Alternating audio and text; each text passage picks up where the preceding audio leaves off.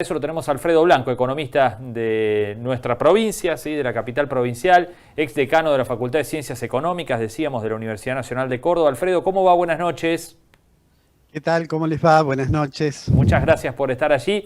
Bueno, no lo vamos a poner a apriete de decir una buena noticia económica esta noche porque va a ser difícil encontrarla, pero en principio el dólar empezó a ceder esta semana. ¿Qué tan buena noticia es esa?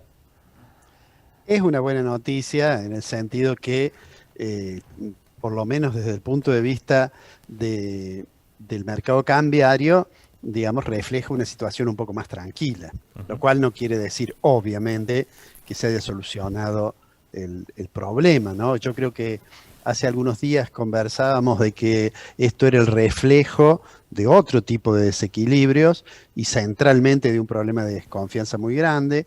Y bueno, el gobierno tomó una decisión, eh, la decisión de decir, bueno, vamos a tranquilizar de alguna forma y para ello apeló al mecanismo del diseño de instrumentos, de bonos, que tienten un poco a los potenciales inversores. Pero bueno, esta es una situación que obviamente además tiene su costo, porque son pasivos remunerados y que, digamos, me parece que forma parte, creo que lo dijimos también, de una estrategia de ganar cierto tiempo, porque el gobierno piensa que si llega a abril del año que viene, a fin del primer trimestre del año que viene, la situación va a ser más cómoda porque van a entrar las divisas de la parte más fuerte de las exportaciones argentinas, ¿no? Ujú. También el gobierno, Alfredo, dio algunas señales más allá de las medidas concretas que tomó. Por ejemplo, esta decisión de cancelar adelantos por 100.000 millones de pesos con el Banco Central está dando señales también de que quiere ir hacia cierta disciplina fiscal o por lo menos reducir el déficit tan abultado que venía trayendo. Sí, sin lugar a dudas, porque además, como está en camino la negociación con el Fondo Monetario, probablemente para obtener un programa de facilidad extendida, el gobierno está obligado, digamos, a presentar un sendero fiscal razonable.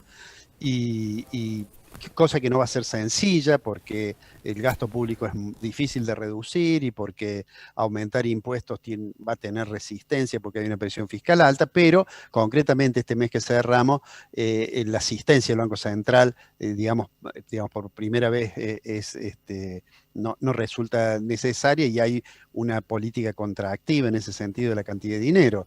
Me parece que ese es digamos, lo que intenta consolidar a futuro el gobierno, para además eso contribuye a generar mayor confianza, ¿no? Ujú. En esa necesidad de ir cerrando el déficit, recién mencionaba la posibilidad de algún ajuste tributario en un país con alto nivel de presión tributaria. ¿Imagina que puede haber cambios en retenciones una vez que el campo siembre? Bueno, justamente en un informe que hemos hecho en la consultora hace 15 o 20 días, no recuerdo exactamente, había como un subtítulo que decía el riesgo de que el sector agropecuario esté de nuevo en la mira del gobierno. ¿En qué sentido? En el sentido que cuando se piense en aumentar impuestos para tratar de cerrar la brecha fiscal, bueno, el sector que tiene, digamos, que se presenta como candidato más sencillo, obviamente, es el tema de las retenciones. Pero sin lugar a dudas eso sería como una señal bastante negativa para largo plazo.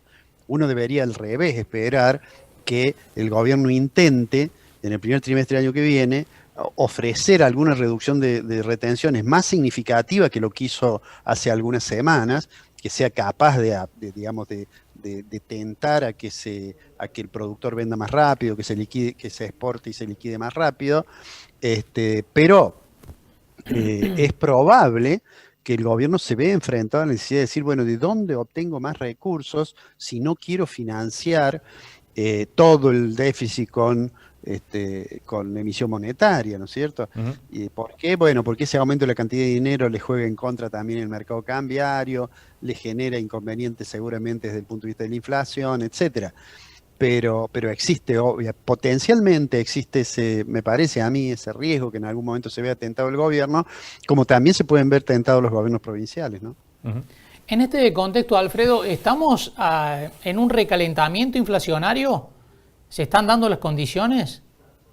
Yo creo que todavía no, que eso no ocurre, a pesar de, nos preguntábamos cuál es la razón por la cual la expansión monetaria no se traduce en una rápida inflación. Hubo quienes pensaron de que la necesidad de aumentar el gasto y de aumentar la cantidad de dinero en la economía como consecuencia de la pandemia y de las ayudas que se instrumentaron, que íbamos a ir rápidamente a un proceso hiperinflacionario, cosas por el estilo.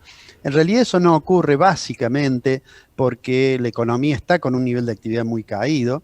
Alguna esperanza de recuperación que pareció verse en junio, julio, sobre todo comparado con lo que había sido el mes de abril, que fue el primer mes, digamos, de